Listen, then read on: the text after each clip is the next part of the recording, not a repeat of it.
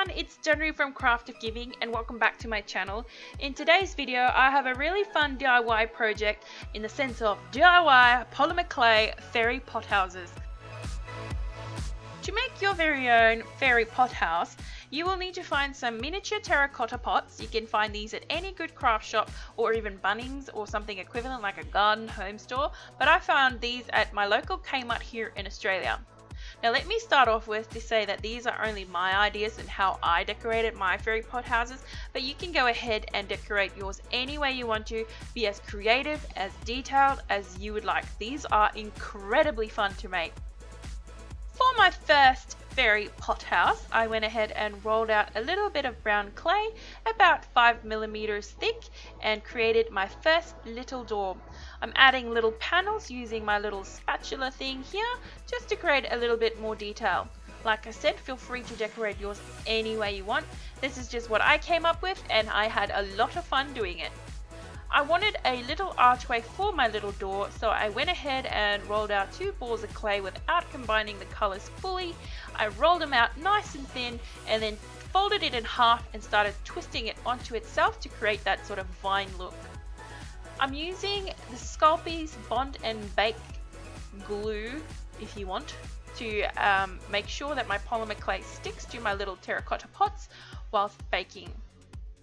This is very, very important because once you bake your clay just straight onto other sorts of clay, they will crack off. So if it doesn't have that bit of glue to hold it together, you will have some issues.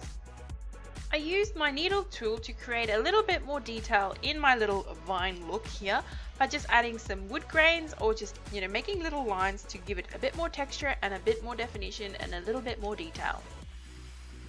To decorate the outside of my fairy pot houses, I decided to use very bright, vibrant colors such as pinks, purples, a bluey purple, a really deep violet color, and I went ahead and started rolling them out into tiny little balls, creating like a stoned look. I want to have like a little colorful stoned wall look for my fairy pot houses.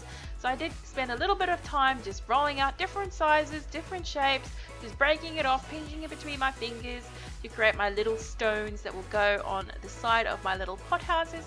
Again, using my Bond and Bake glue from Sculpey brand, and I just went to town in adding these randomly all around my little pot and just using different sizes and shapes and colors to create my beautiful, vibrant little walls for my fairy pot houses. Now each house I decided to make a different window just to keep it interesting and fun. So my first little house I did go ahead and just make a standard square window, again making a bit more detail to create a little wooden look, and I thought why not add that cute little cross in the middle like a traditional little window of a cottage. I thought this would look adorable. It turned out really well, covered all the sides. Now the top lip of my little fairy pot house, I did decide to add some tiles to it to create like a little tiled roof. I thought that was adorable. There you saw me just adding a quick little doorknob. To make my tiled roof, I did roll out some more brown clay. You can make your tiles any color you want. I cut them all about the same size. Again, I'm not measuring anything because I quite like the look of it being a bit mismatched and a bit handmade. Go ahead and use your glue again and just start layering your little tiles. So I did actually use 3 layers here, and I just went around all the sides of my little pot, adding my first layer, working my way up to the lip of the top of the pot. Ooh, that's a tongue twister.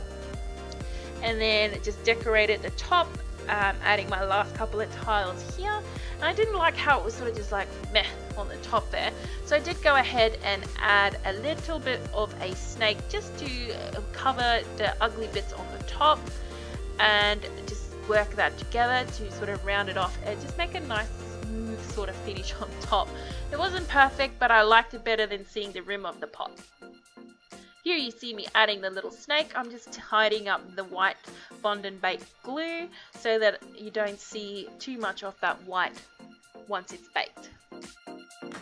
To make the windows of my little fairy pot houses, I used the Sculpey translucent liquid bakeable clay, and I mixed the color using the chalk pastels that you can find at any good craft shop.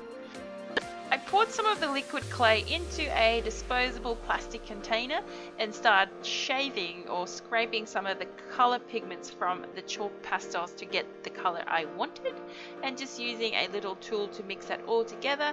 And then you can go ahead and place it or drop it or smear it, or however you want to apply it to the places you want the translucent bakeable clay to sit. Now I did go ahead and use this method for all my little windows, and I accidentally didn't bake these 2 pots. I thought I did. I set the timer, but I didn't actually turn the thing on, so it sat there and it didn't bake. So the clay dried, and I didn't mean to, but the clay dried, and then it created this awesome marbled glass effect, which I was really chuffed about. So, and then I did actually bake the clay, and it stayed that way. So, winning.